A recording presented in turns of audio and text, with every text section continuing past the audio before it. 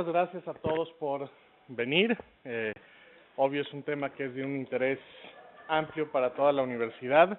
La escritura de artículos es solo una parte del ámbito de la escritura académica que necesitamos estar haciendo. Agradecemos mucho la presencia de la doctora Rocío Baños. ¿Me voy a permitir leer su currículum breve? Sí, por favor. Gracias. La doctora María del Rocío Baños Lara cursó la licenciatura en Ciencias Químico-Farmacobióloga y la maestría en Microbiología en la Benemérita Universidad Autónoma de Puebla y posteriormente obtuvo el grado de doctora en Bioquímica por la UNAM. Tras doctorarse, la doctora Baños Lara realizó una estancia postdoctoral en el Departamento de Ciencias Patobiológicas de Louisiana State University. Durante su formación académica y postdoctoral, la doctora Baños ha recibido importantes becas y reconocimientos nacionales e internacionales, entre los que destacan the American Thoracic Society Minority Trainee Development Award y the American Association for Immunologist Careers in Immunology Fellowship. La doctora Baños Lara se ha dedicado al estudio de aspectos bioquímicos y moleculares de virus, así como respuesta inmune innata ante virus que afectan principalmente a niños.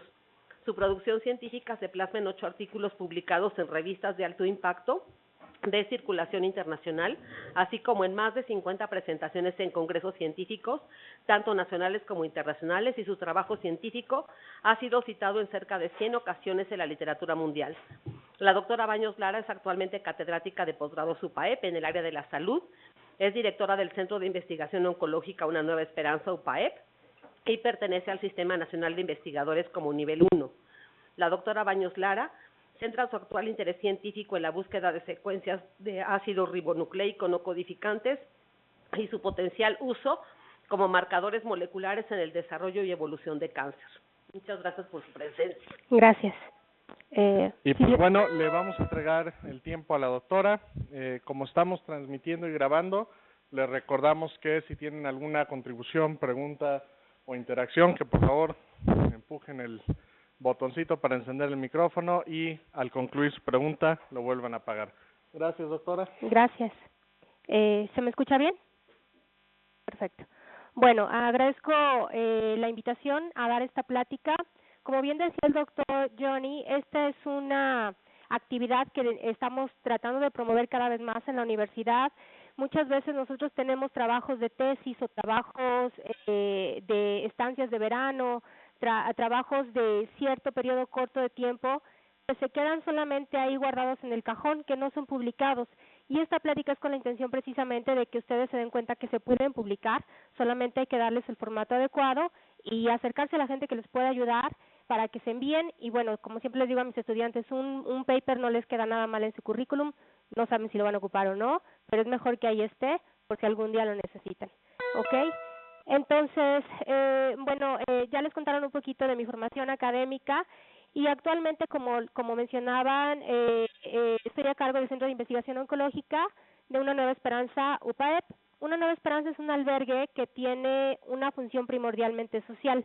Ayuda a niños con cáncer, principalmente niños con escasos recursos y se les ofrece ayuda nutricional, psicológica, el albergue por supuesto para quedarse mientras están recibiendo su tratamiento. Hay algunos programas que cubren asistencia médica y las necesidades básicas para acompañar al niño durante el padecimiento se les provee en el albergue. En mayo del 2015, Una Nueva Esperanza busca a UPAEP para pedir un respaldo académico para formar un centro de investigación y a partir de entonces se han generado una gran cantidad de productos científicos, libros, artículos, ponencias, etcétera, etcétera. Y a partir de enero del año pasado estoy al cargo de esta labor. Bueno, propiamente empezando con el tema, vamos a empezar a platicar por qué es necesario publicar. Bueno, es muy importante, como les decía hace rato, los resultados que nosotros obtengamos no se queden guardados en el cajón. Incluso si son resultados negativos, es importante que la gente los conozca. ¿Por qué? Porque eso ahorra tiempo para otros investigadores que deciden emprender un proyecto y que a veces no resulta exitoso. Lo hacen de una manera y no sale, lo hacen de otra manera y no sale. Si hubiera algo en la literatura que dijera, no hagas esto porque no va a salir, entonces otros investigadores no perderían tiempo en eso.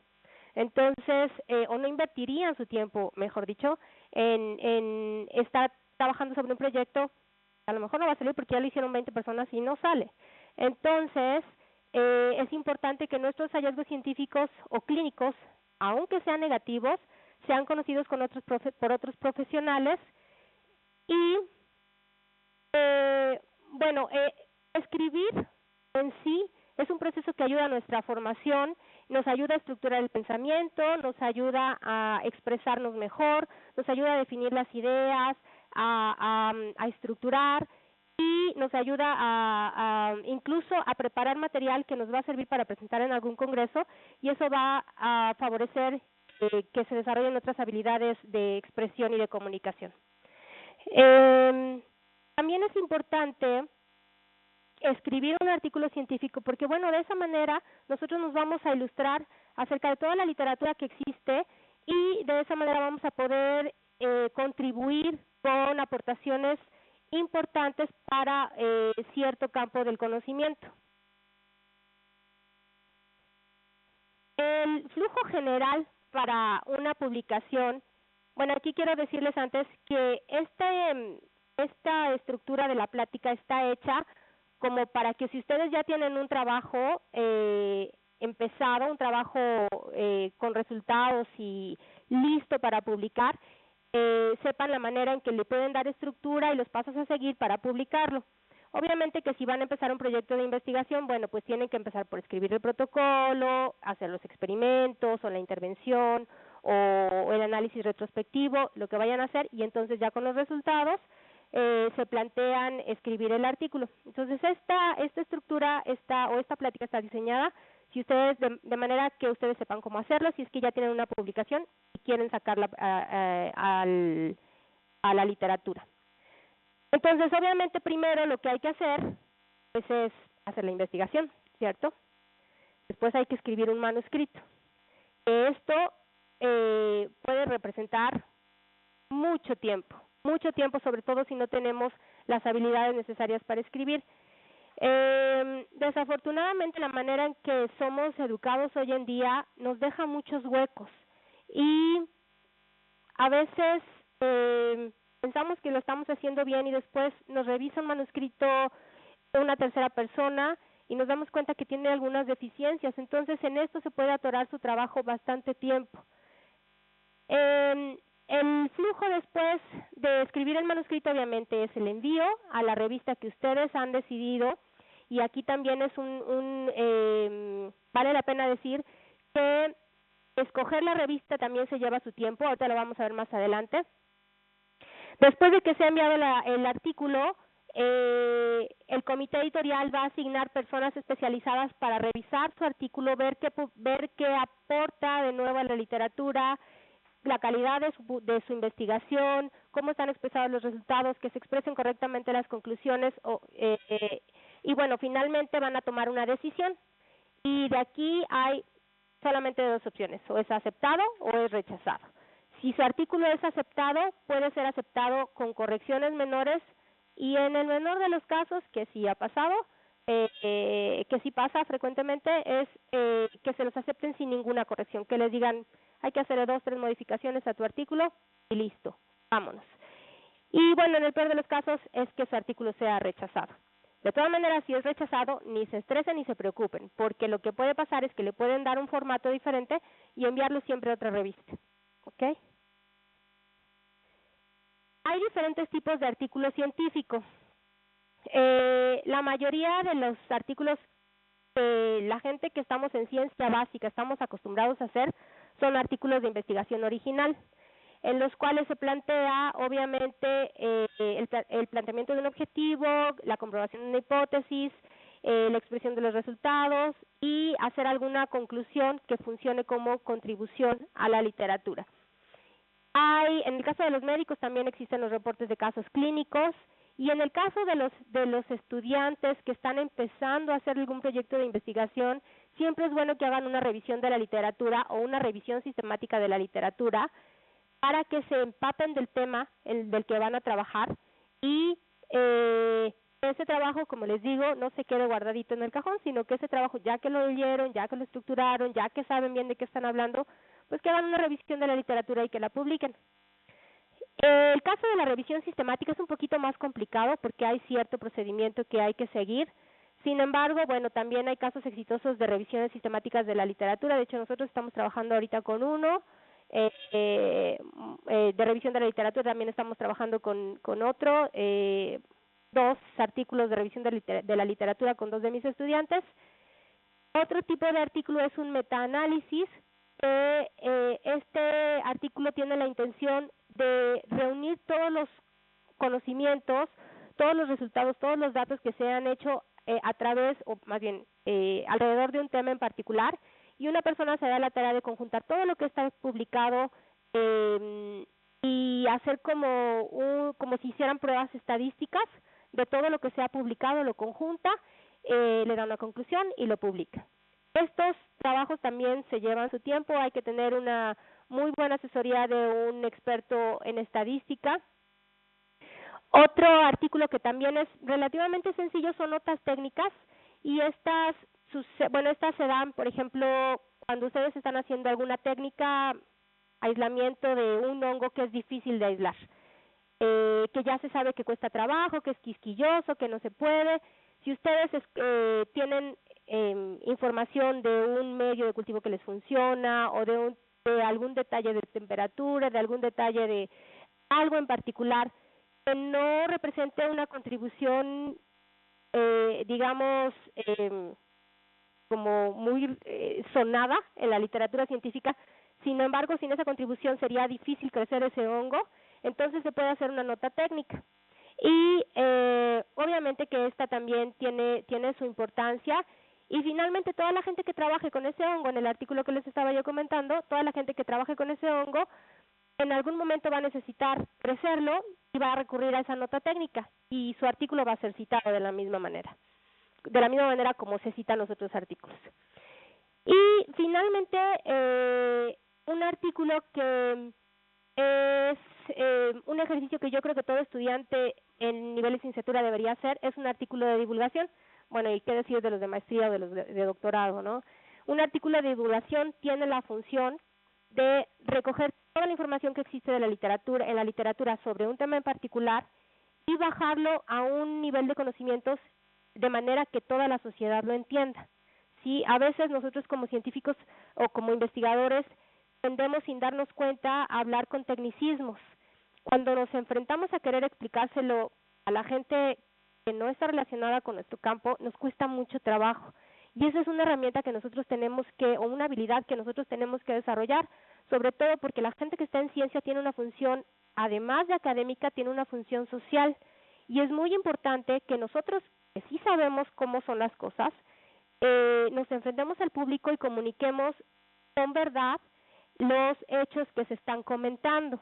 ¿Sí? Me refiero, por ejemplo, tanta información de productos o pseudomedicamentos o productos que supuestamente ayudan a bajar de peso, cosas de ese tipo que son supuestamente cosas maravillosas y hallazgos científicos. Muchas cosas de esas no son ciertas, y está en nuestro papel tener las herramientas para traducir lo que está en la literatura científica, ponerlas en un lenguaje en el que todo el mundo, el resto de la sociedad entienda, y decirles esto sí, esto no, y por ello es importante que hagamos este ejercicio mediante un artículo de divulgación. Hay muchas revistas en México y en general en América Latina para someter un artículo de divulgación. Si ustedes googlean CONACYT, revistas de divulgación, les sale como una lista de 50 revistas de diferentes disciplinas. Cada una tiene sus lineamientos, cada una tiene sus especificaciones, y es importante que ustedes siquiera hagan el intento de enviar un artículo de divulgación. Es gratificante además para todos ustedes, y como siempre les digo, no está de más tener un articulito de estos en su currículum, sobre todo la gente joven, los estudiantes que van a entrar a alguna maestría o cuando van a aplicar por algún tipo de beca. Siempre es importante que tengan estas estas ventajas o estas cualidades en su currículum. Bueno, estos son los tipos de artículo. Y ahora sí, ¿cómo empezar? Bueno, he puesto en 3 eslabones un proceso para escribir un artículo científico, partiendo del hecho de que ya tenemos los resultados, insisto. Lo primero es decidir por la revista en la que vamos a publicar. Lo siguiente es consultar las instrucciones para los autores. Y lo siguiente es simplemente ponerse a escribir. Y se me desanimaron las... No se me desanimaron. Bueno, decidir por la revista. Esto es importante porque dependiendo de lo que queremos hacer y del alcance que queremos tener, es a la revista en donde vamos a mandar nuestro artículo. Y para ello es importante saber qué público queremos alcanzar, quién queremos que nos lea. Otro punto importante también es saber qué tan rápido nos contestan los editores. Hace rato César me estaba diciendo que estaba pensando enviar un artículo a Gaceta Médica Mexicana y le dije, ay, pero es que ahí tardan como 6 meses en contestarte. Después me dijo, no, lo vamos a mandar a la oncológica, ¿verdad? Entonces parece que ahí esperemos que tengamos suerte y nos contesten un poquito más rápido. Pero esas cosas pues sí hay que saber, sobre todo si estamos en necesidad de entregar o estamos comprometidos a entregar un artículo rápidamente, hay que saber qué tanto tardan los comités editoriales en contestar a la sumisión al envío de un artículo. Otra cosa también importante es saber si la revista que estamos pensando tiene arbitraje. ¿Esto qué quiere decir? Que el manuscrito que nosotros enviemos va a ser revisado por personas que son expertas en esa área del conocimiento y van a dar sus contribuciones objetivas y académicas al manuscrito que estamos enviando. Obviamente que una revista que tiene arbitraje tiene más valor que una revista que no lo tiene. ¿Por qué? Porque el trabajo que ustedes están enviando no nada más lo van a revisar ustedes, sus compañeros y la persona que los está guiando en la escritura del trabajo, sino un panel de expertos, y por eso se hace más rico y es más valioso un artículo en una revista de este tipo. Otro factor importante a considerar es el idioma. Mucha gente le tiene miedo al inglés. No le tengan miedo. Lo peor que puede pasar es que esté chafa el inglés. Se edita, se le manda a una persona que sea buena y se envía el artículo. Hay muchos lugares donde nos pueden echar la mano, se pueden ayudar de mucha gente. Aquí tenemos muchos expertos en el idioma. Y finalmente pues no pasa nada. Si escribimos mal el manuscrito, bueno, pues lo escribimos bien y se vuelve a enviar y punto. Además es un ejercicio bien interesante. No le tengan miedo al idioma. En serio, arriésguense, escriban algo en inglés, aunque sea pequeñito, y mándenlo. Obviamente que mucha gente prefiere escribir artículos en español porque es más fácil, por lo que ustedes quieran. Pero insisto, no le pierdan el miedo, no le tengan miedo, aviéntense a escribir en inglés. Otros factores también importantes son el costo de la publicación. Ay, ya me pasé. El costo de publicación, porque algunas revistas tienen costos excesivamente caros. Nosotros de hecho mandé un artículo a una revista que nos iba a salir en 30,000 pesos publicar. Afortunadamente o desafortunadamente el artículo me lo regresaron, hay que hacerle modificaciones, pero de todas maneras, hay que considerar si tenemos esos fondos disponibles para publicar. En la universidad tenemos un fondo permanente para publicación. Así es que si alguno de ustedes tiene algún trabajo que desea que sea publicado, hay que acercarse a alguno de sus profesores y que les ayude a publicarlo. Entonces, digamos que esa parte puede estar cubierta por la universidad. Y algo bien interesante, bien importante, es el factor de impacto. Aquí yo creo que debía haber empezado por esta pregunta al principio. ¿De qué áreas tenemos audiencia en este momento? Biológicas, obviamente, veo mucha gente de ciencias biológicas, biotecnología, artes y humanidades, en psicología, por ejemplo, yo sé que los factores de impacto de una revista súper buena son de 3, más o menos, 3. 4, ya eso es top. Pero en Nature, una cosa así, 40, por ejemplo, entre 30 y 40, eso es como lo máximo de factor de impacto. Pero, por ejemplo, una revista en mi área, en Journal of Virology, que tiene un factor de impacto de cerca de 4.5, eso es una muy buena revista. No es un Nature, pero tampoco es una revista de un factor de impacto de 2. Entonces, esto va a depender del área. El factor de impacto depende del área. Obviamente, ustedes tienen que conocer las revistas que están en las que podrían publicar, y bueno, sería bueno que fueran viendo, se fueran fijando en los factores de impacto de los artículos que ustedes revisan para hacer sus investigaciones, para que si en algún futuro quieren publicar, bueno, sepan, bueno, podríamos publicar este trabajo en esta revista que al fin tiene este factor de impacto, que me pide este formato, que esto, que el otro, que vayan conociendo. Una manera de aprender a escribir artículos es leyendo artículos. Entonces, si los van viendo desde ahorita ya críticamente, ya pueden ir teniendo en la mente hacia dónde quieren dirigirse.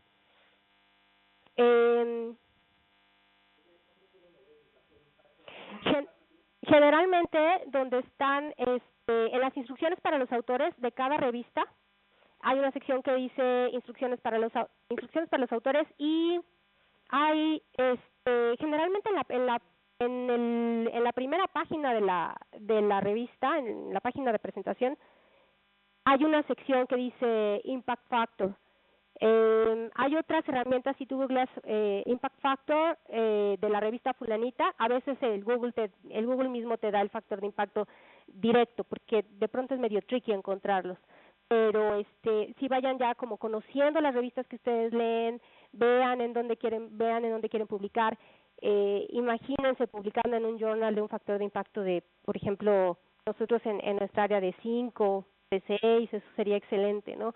En psicología, en educación, sé que son menores, y la razón es la siguiente: el factor de impacto se construye tomando en cuenta cuánta gente cita el artículo que está en esa revista. Obviamente, no es que en psicología o en educación se publique o se trabaje menos, sino que es un menor número de gente el que publica. Entonces, pues no se puede construir un factor de impacto de la misma manera como se construye en las ciencias biológicas. Hay muchísima más gente publicando y haciendo trabajos alrededor de esas áreas que en psicología, que en educación. Entonces hay que tener en mente bien estos factores de impacto.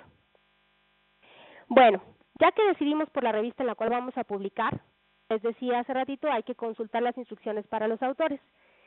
Y aquí hay que poner atención en cuánto es la extensión que piden, en palabras quiero decir, cuál es la estructura. Hay algunos formatos de revista que piden, por ejemplo, abstract, introducción, material y métodos. Hay otros que piden materiales y métodos. Hay otros que piden resultados y discusión de resultados, y hay otros formatos que solamente son resultados y en una sección aparte discusión de resultados.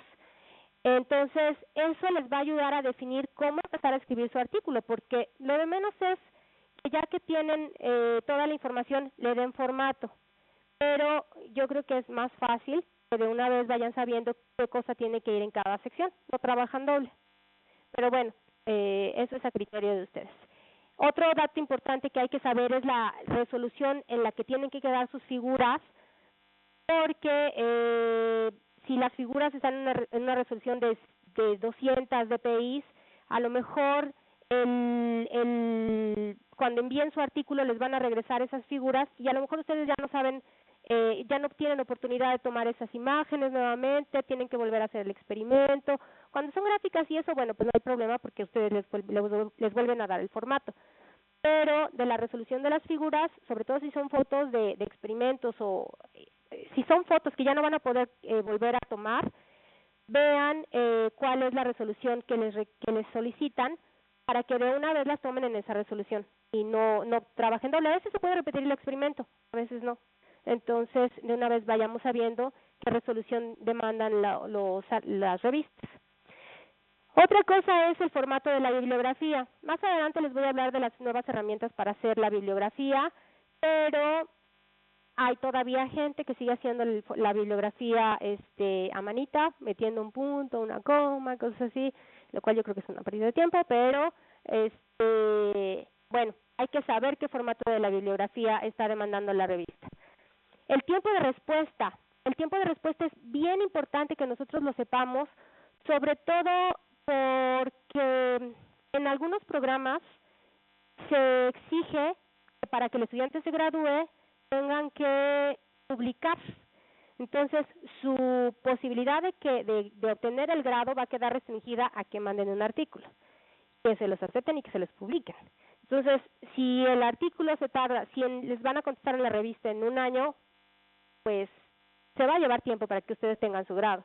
Y entonces se pueden estar perdiendo oportunidades de ingresar al siguiente grado, a un doctorado o a una maestría, no sé, a una especialidad, o simplemente tienen ya una oferta de trabajo que no pueden aceptar porque no tienen todavía el grado y es necesario que muestren el certificado o el título. Entonces el tiempo de respuesta es importante. Obviamente que si tienen todo el tiempo del mundo, bueno, pues no hay problema, ¿no? Que les contesten en 8 meses. Generalmente a mí no me gusta incubar tanto los resultados porque a veces son cosas muy novedosas que tenemos ya que mostrar. En ciencia estamos jugando una carrera contra nuestra competencia. Generalmente son países donde se tiene muchísimo dinero y sacan un artículo que nosotros tardamos en hacer un año, ellos lo sacan en un mes. Entonces, tenemos que apurarnos, una vez que tenemos los resultados, a no incubarlos demasiado tiempo, porque si no, cuando los queremos publicar, cuando salen a la luz, ya dejan de ser novedosos. Y entonces el impacto que tenía nuestro artículo se pierde. Entonces, por eso es importante que sepamos bien el tiempo de respuesta de la revista. Y lo que les decía hace ratito, el costo de la publicación. Hay revistas también que no tienen ningún costo, también y que tienen buenos factores de impacto, dependiendo de las áreas. Pero eso le toca a cada uno de ustedes saber en dónde quieren publicar, qué tipo de revistas están leyendo y conocer esas revistas para que, les repito, vayan teniendo en mente hacia dónde caminar, cuál es su meta. Lo que sigue es ponerse a escribir. Escribir y escribir, yo considero que es un arte. Hay muchos elementos a cuidar. El principal de ellos es la redacción en general. La ortografía es muy, muy importante. A veces tenemos muchas áreas de oportunidad en ese sentido. La puntuación es importante. En general, antes de escribir un artículo científico, hay que saber escribir. Y desafortunadamente les digo, a veces tenemos muchos huecos. No tenemos una suficiente preparación en este sentido. Sin embargo, bueno, pues nos toca a los mentores, a los tutores, bueno, trabajar con ustedes para que puedan tener un escrito pulido y bonito y que hable bien de ustedes y que hable bien de la institución a la que representan, que hablen bien del grupo donde están trabajando, que hable bien del tutor. Sean muy cuidadosos en la redacción. Eso se los encargo muchísimo porque da de pronto mucha pena y mucha tristeza ver artículos que escriben otras personas que dices, pero ¿cómo les publicaron esto si está todo mal escrito? Bueno, sean muy cuidadosos en este sentido.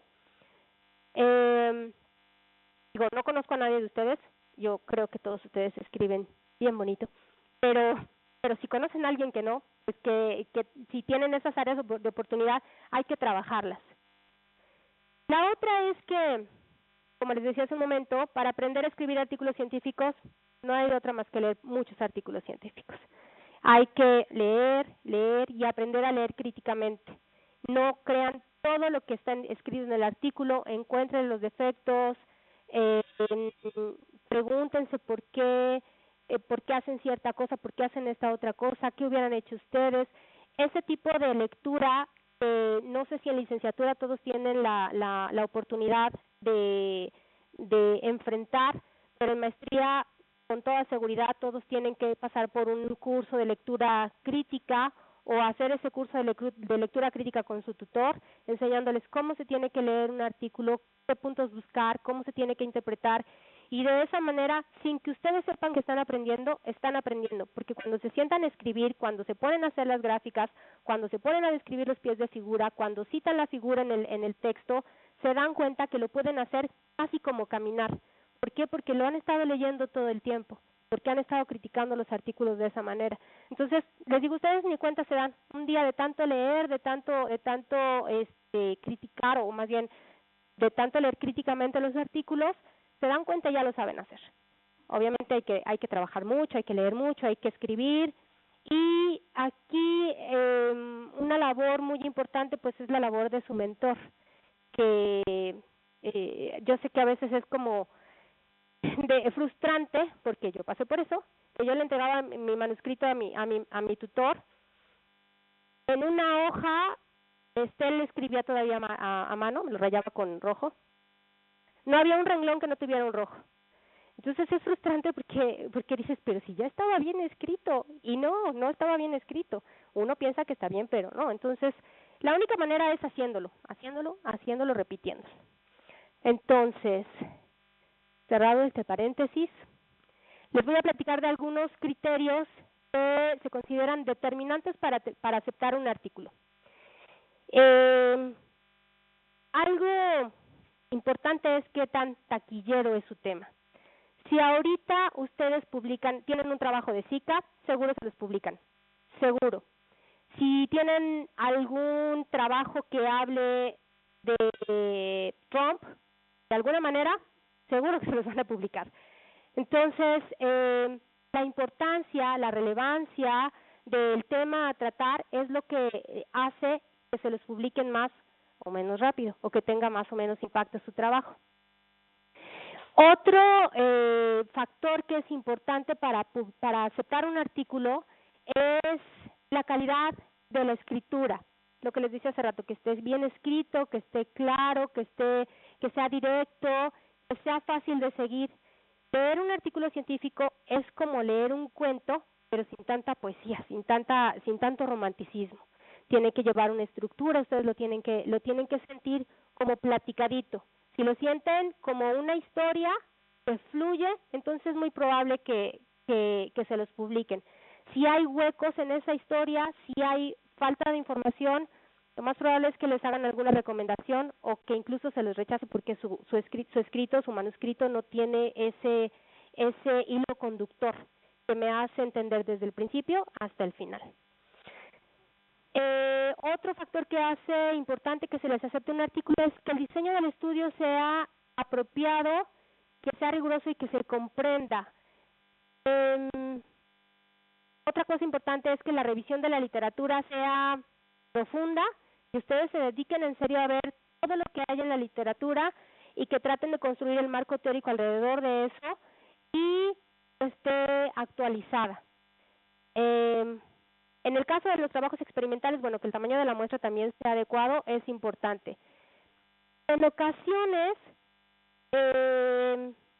cuando se trabaja con animales se pueden hacer muestras de 50 ratoncitos, de 50 ratas. Hay ocasiones en las que ciertas células son difíciles de obtener y en el caso de uno de los artículos que yo publiqué en mi estancia postdoctoral, con un solo experimento, con muy poquitas células que se obtuvieron de médula ósea, se pudieron diferenciar y con ese solo experimento nos aceptaron el artículo. ¿Por qué? Porque es muy difícil obtener esas células. Entonces hay casos en los que sí se puede publicar con un solo experimento, una sola réplica, y hay casos en los que necesitas un ADN muy grande, ¿no? Depende de lo que ustedes estén enfocando.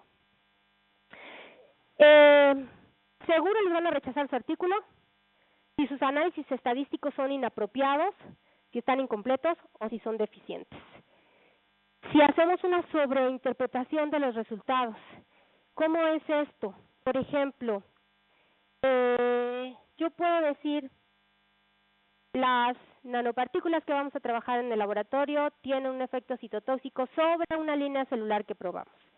Matan esas células. Perfecto. Ese es el hecho y a eso hay que concretarnos. No puedo decir, encontramos un medicamento que va a curar el cáncer. ¿Ok? Eso es una sobreestimación.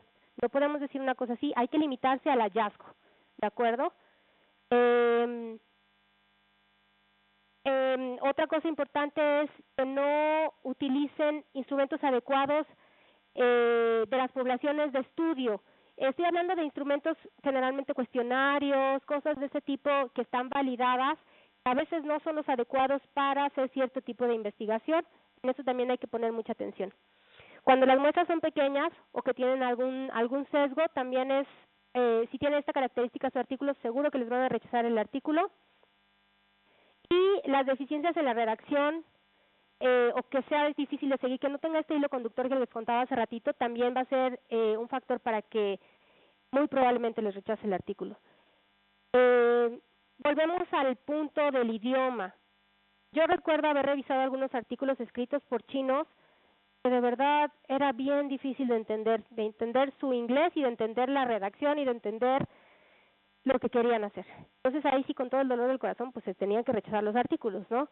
Pero si sabemos que tenemos deficiencias en el idioma, bueno, pues se lo podemos mandar a una persona que nos ayude con la edición, que nosotros le demos un perfecto manuscrito en español y que nos ayude a darle la correcta redacción y, bueno, el estilo para que pueda ser publicado.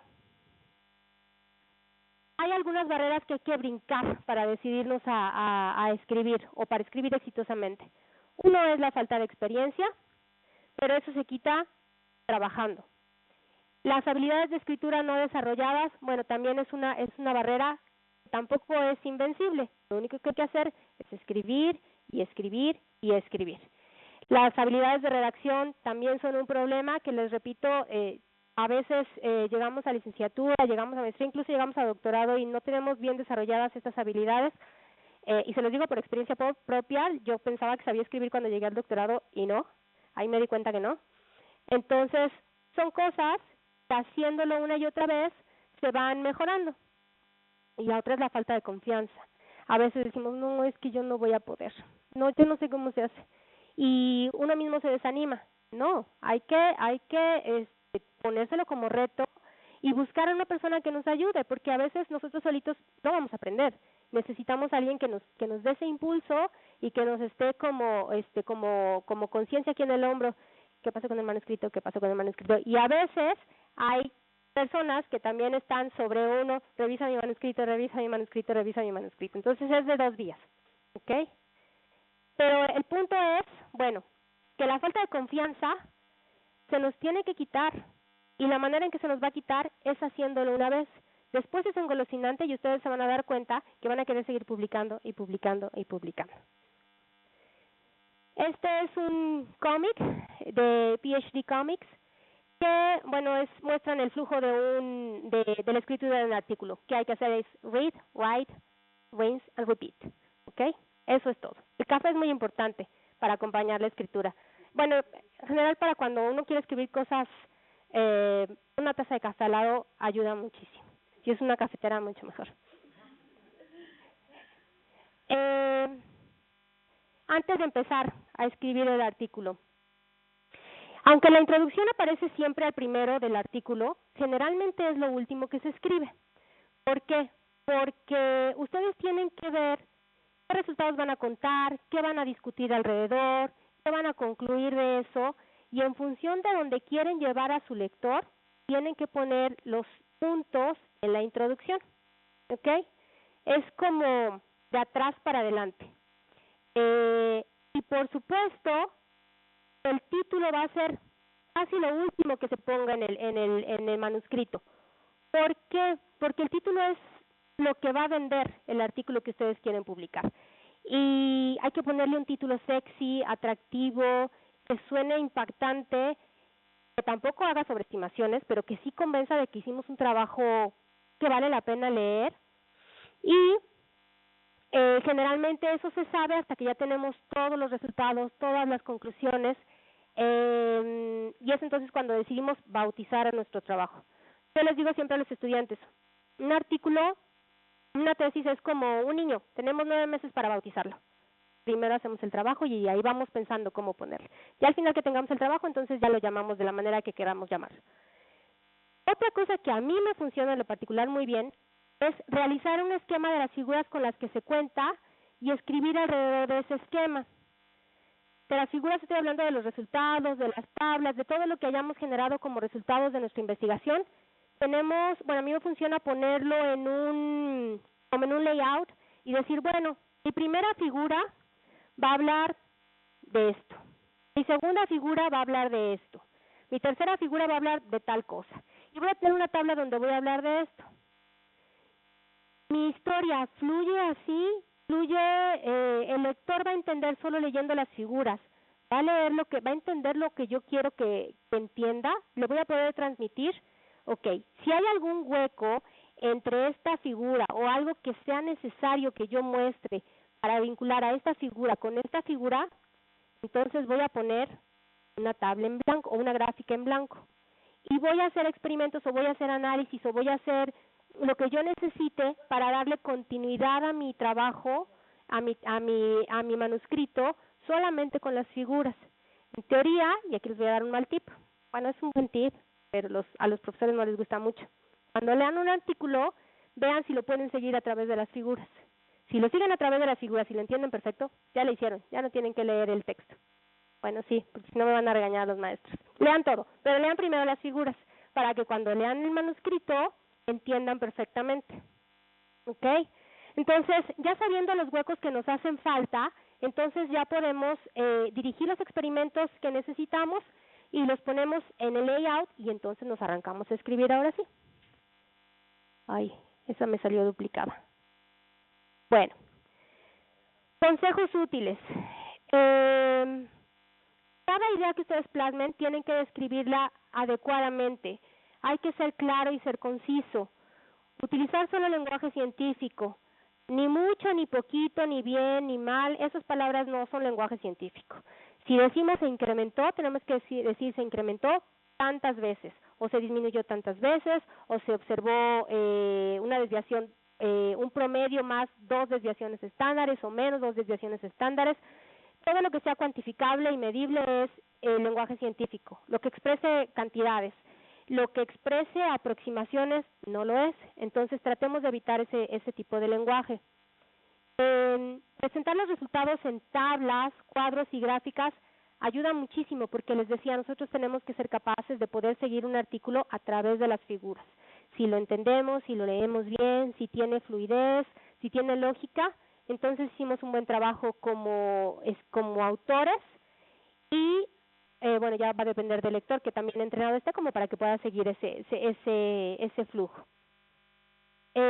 Algo que también a los editores les gusta mucho es que como conclusión se presente un modelo del hallazgo que nosotros tengamos, presentar un modelo en forma de caricatura. Seguramente han visto cosas como esta en los artículos.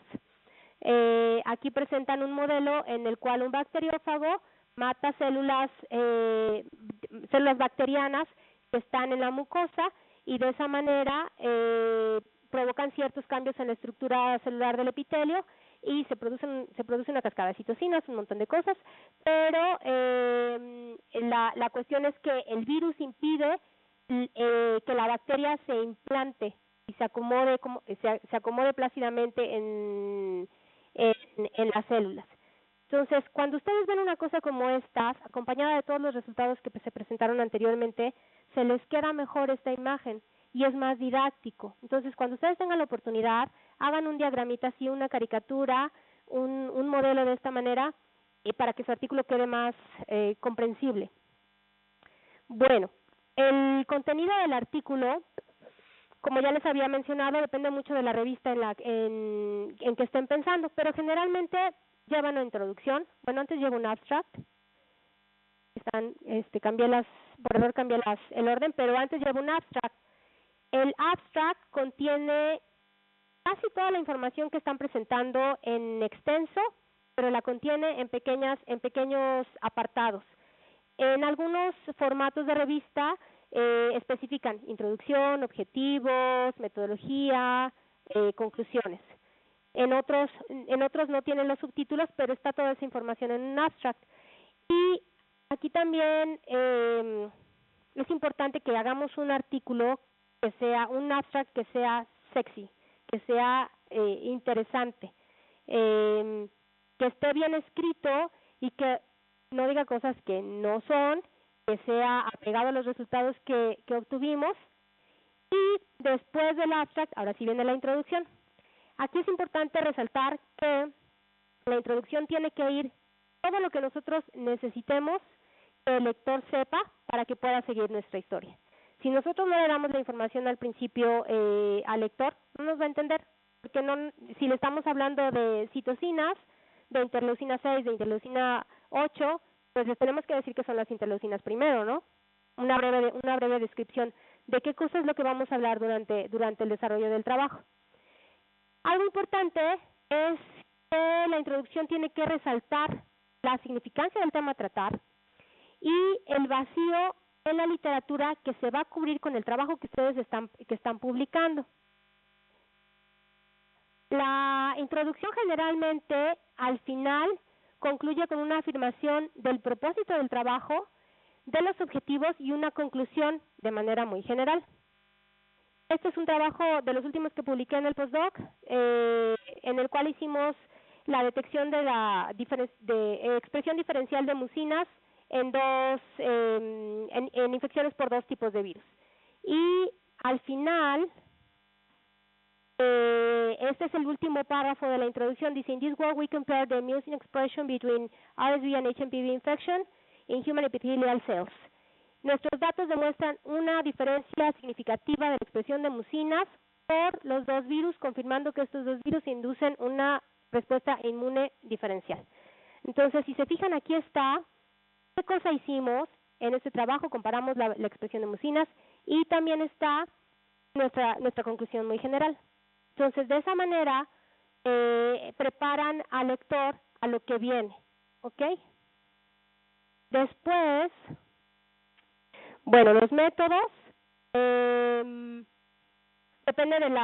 formato depende de cada revista, pero en los métodos vamos a describir qué hicieron experimentalmente, qué instrumentos se realizaron, cuál fue su muestra, cuál fue la población de su estudio. También es importante el protocolo que utilizaron, les decía. Importantemente tienen que decir cómo fueron tratados estadísticamente los resultados. Los resultados, como les decía hace ratito, tenemos que presentar los resultados en forma de tablas, gráficos, etcétera.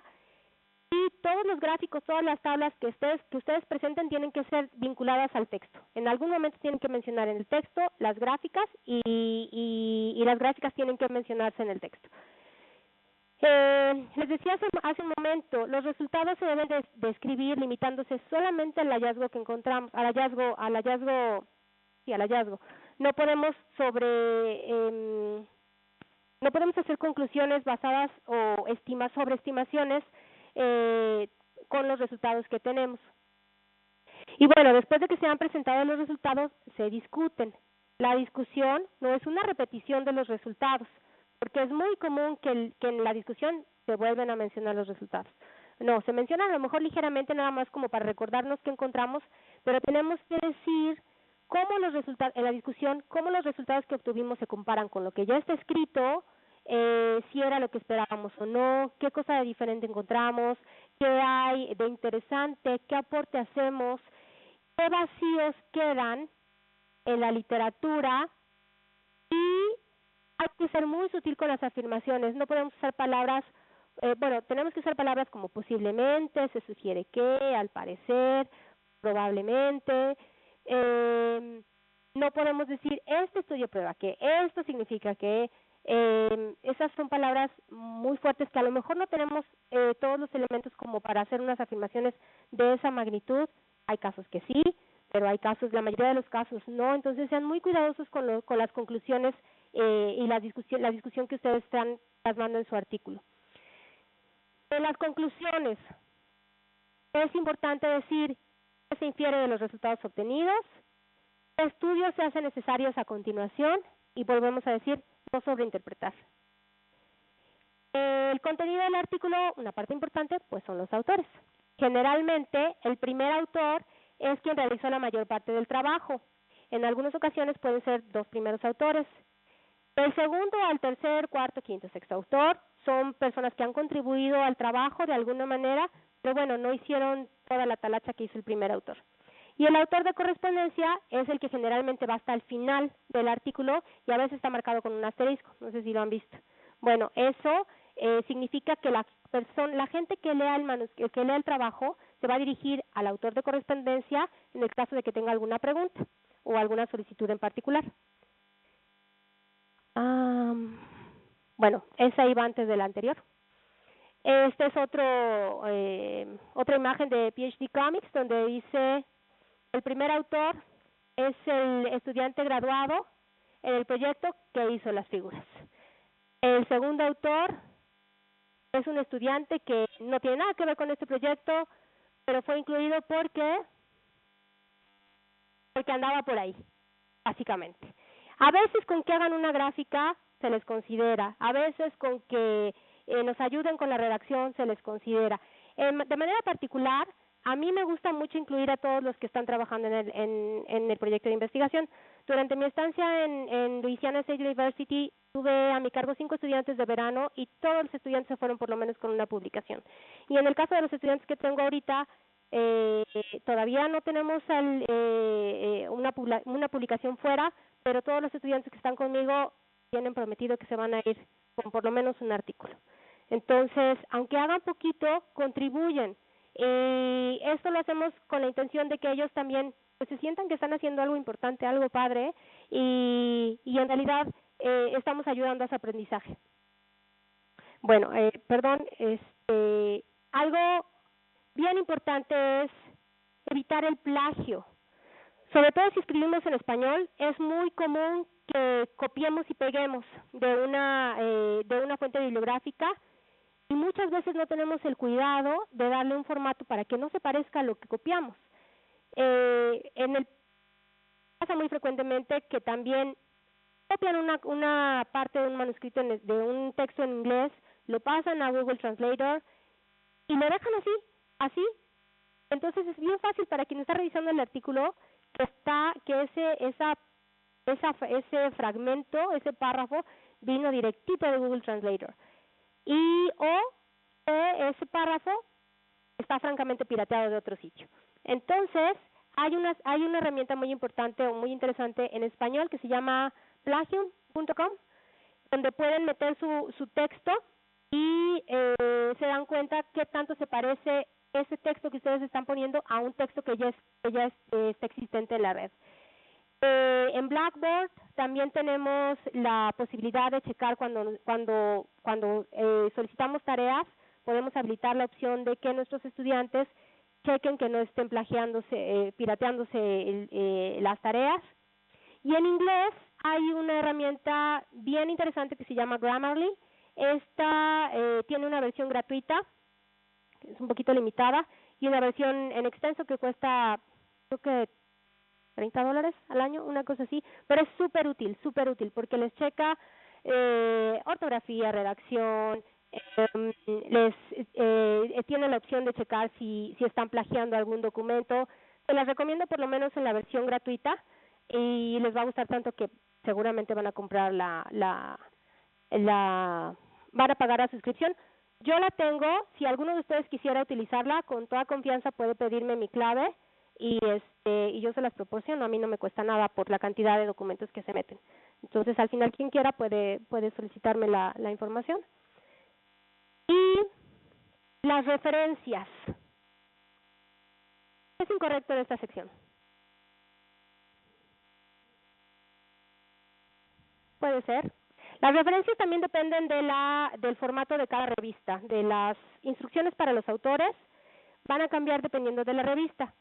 Pero independientemente de la revista que sea, ahí hay muchos errores. Exactamente, no están en el mismo formato. Y este es un error bien común. Definitivamente no están en el mismo formato. Y la verdad es que cuando las copié, las dejé así con toda la intención para que ustedes vean que no es fácil que se oculte, ¿no? Salta a la vista, que esto no tiene el mismo formato. Ahora, para evitar estar poniendo los puntos, las comas y etcétera, hay algunas herramientas que son muy útiles para administrar las referencias bibliográficas. Con esto lo único que se hace es tener un banco de referencias y mientras van escribiendo van jalando la referencia, Al final les da un formato, más bien ustedes escogen el formato en el que quieren poner las referencias y si ese no les gusta lo cambian en un clic y es una maravilla. El que yo uso es EndNote. Hay gente que le gusta mucho usar el Word. Yo la verdad no soy buena en eso, pero el Dr. Johnny tiene un muy buen seminario para aprender a usar las referencias en Word, que está en YouTube, ¿verdad? Entonces, si no quieren gastar, pues usen la herramienta de Word para administrar sus referencias bibliográficas. Esto les da la ventaja de no perder tiempo. Solamente para decirte que el EndNote lo tenemos gratis aquí en UPAEP, o sea, directamente está en la biblioteca. Web Todos of Science. Pueden Ujú. tener acceso a él. Yo también es el que utilizo. Lo que no sé es si puedes hacer todo lo que puedes hacer en la versión de que se paga. Sí. ¿Sí? Yo utilizaba antes Reference Man. Ah. Y la verdad es que es igual. Ahora, el que dicen que es una maravilla es el Mendeley, que Eso dicen. copias y te aparece el archivo, puedes buscar y tal, es mucho más fácil, pero la versión gratis también es limitada y la otra hay que pagar y no es barata. Sí, el EndNote ha de costar como unos $50 al año. Pero funciona bien. En EndNote también la ventaja es que también puedes poner tus archivos en PDF, marcarlos ahí y tienes toda tu bibliografía en un solo lugar. La verdad es que a mí me gusta mucho, yo lo uso desde la maestría, pero el Mendeley dicen que es buenísimo, yo no tengo experiencia, pero prueben, es gratis y es cuestión de ir conociendo, de conocer cómo funcionan estos y después valorar con cuál se quedan. Y eso es todo.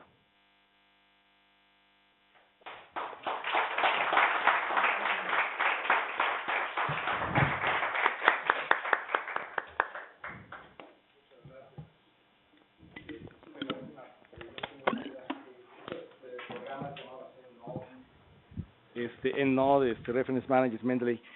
O sea, ¿con esos editas sus artículos? No, son solamente administradores de referencias. ¿Y con qué normalmente usted llega a editar sus artículos? O sea, ¿qué software ocupa? ¿O Pues si cuál son en recomendaría? inglés, los meto a Grammarly para que le den una checadita al inglés y a la redacción, a la estructura. Lo que normalmente funciona es que ya que tú escribiste el artículo se lo des a alguien que sabe del tema y que le haga una revisión crítica. Y después a alguien que no tiene nada que ver con el tema para que encuentre las cosas que al autor se le fueron, al editor, que al revisor se le fueron, que a todo el mundo se fueron, cosas como de gramática, de acentos, cosas de ese tipo que uno no es capaz de detectar porque estás tan metido en la cosa científica que esos detallitos se te van. Pero yo en realidad no utilizo ningún programa para edición. ¿Tú, Johnny, utilizas alguno? Puro Word. No sé si alguien tiene alguna aportación. Es que yo ocupé LaTeX en su momento. ¿LaTeX? Ajá. Ah, Bueno, LaTeX. pronuncia LaTeX, ¿no? Pero finalmente ocupé varias versiones y así me pidieron mi tesis de maestría. Pero me gusta esa opción para la cuestión de administrar las referencias, ¿no? Que Sí, es novedoso. es una maravilla porque tú nada más vas jalando las referencias y al final le das un formato, te cambia a formato de Science, formato de lo que tú APA, lo que tú quieras. En un clic te lo cambia. Una de las cosas que me gusta de Word hoy en día es que para todo lo que tenga que ver con ecuaciones, edición y todo, todos los comandos de LaTeX ya son utilizables. Entonces ya puedes usar la facilidad del editor tipo Word y ya para hacer todas las construcciones complejas de ecuaciones y símbolos especiales y demás, puedes meter tu LaTeX y ya no hay problema a través del editor de ecuaciones. Entonces editar en LaTeX es un rollo a veces, ¿no? Pero sí, ahora se pueden combinar esas dos. Y si pueden encontrar ese seminario buscando el canal de posgrados en ciencias de la ingeniería biomédica. Entonces ahí en YouTube, posgrados en ciencias de la ingeniería biomédica. Y ahí van a ver el logo de la UPAEP y es una de las videos ahí. Dime, Katy. Gracias, Rocío. Te quería preguntar una cosa. Yo nunca había oído esto del metaanálisis el tipo de artículo de metaanálisis. Había oído de la revisión del estado del arte, si quieres con bibliometría o una cosita así más elaborada, ¿no? Pero esto del metaanálisis es la primera vez. Si nos pudieses explicar en qué consiste esa metodología y eso. Nosotros estábamos pensando hacer un metaanálisis de las enfermedades virales causadas por virus respiratorios en pacientes con leucemia. Entonces, hay 2 artículos por ejemplo, hay 2 artículos en la India que tienen datos. Tantos niños se infectaron con RCV, tantos niños se infectaron con con coronavirus, tantos niños se infectaron con tal. Y alguien en Australia publica otra cosa parecida. Tantos niños se infectaron con esto, tantos se infectaron con esto, tantos se infectaron con el otro. Es como hacer juntar todos esos resultados de todos y decir, bueno, a nivel global, en el mundo, la enfermedad viral más frecuente es tal. No es que tú te hayas puesto a mostrar alrededor del mundo, es que estás haciendo uso de la información que ya está publicada. Es un poco complicado porque obviamente que tienes que hacer que empaten, por ejemplo en este caso, las edades de los pacientes, los padecimientos, el periodo en el que se diagnosticaron. Entonces tiene su truco. Tengo por ahí algunos artículos de cómo hacer un metaanálisis que con todo gusto te puedo facilitar para que quien lo hace es un éxito.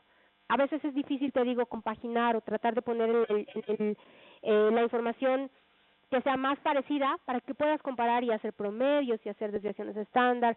Hay cosas con las que se puede, hay cosas en las que no. Y yo creo que la principal limitante es que haya suficiente información.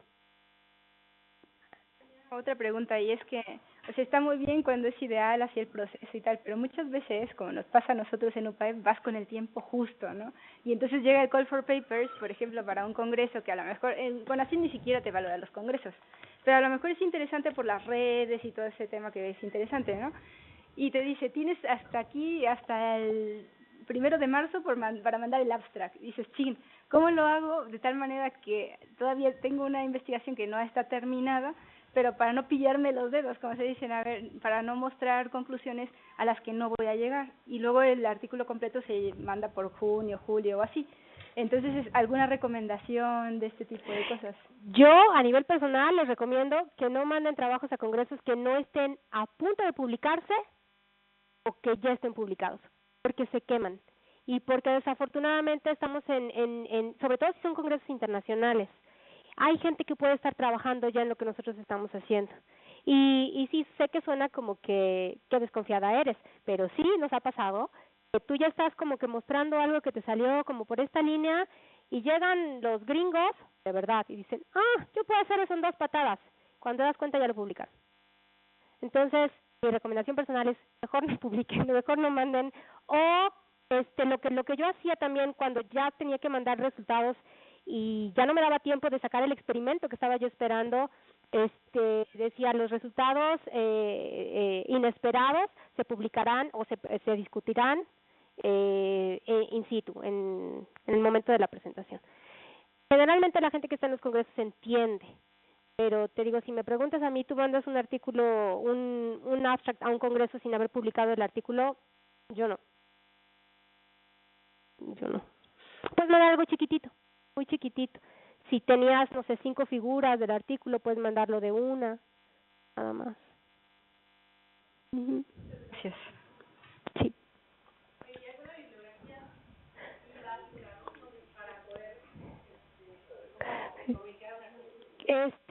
Están todas estas que les puse, o sea, esto es real, esta es la bibliografía real de la presentación. Está mal arreglada, a propósito, pero no sé si, creo que la presentación va a quedar en línea, ¿verdad? Se le pasan a Johnny y Johnny la sube.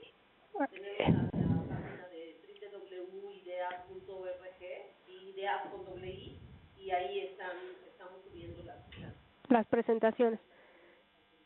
Entonces yo la arreglo sin animaciones para que ustedes tengan toda esta información a la mano. Ideas.org y ideas con doble I. ¿Perdón?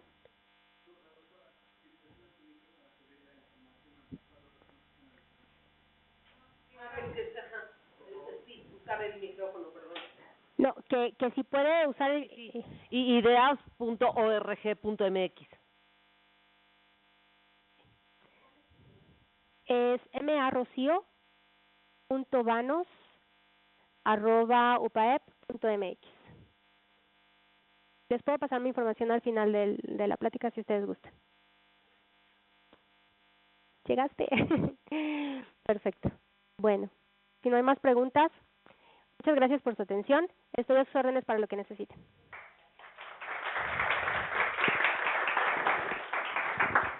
El Comité de Ideas nos permitimos entregarle su reconocimiento, doctora. Muchísimas gracias y unas libretitas de ideas. Muchas gracias. Felicidades. Gracias, preciosa. Muchas gracias.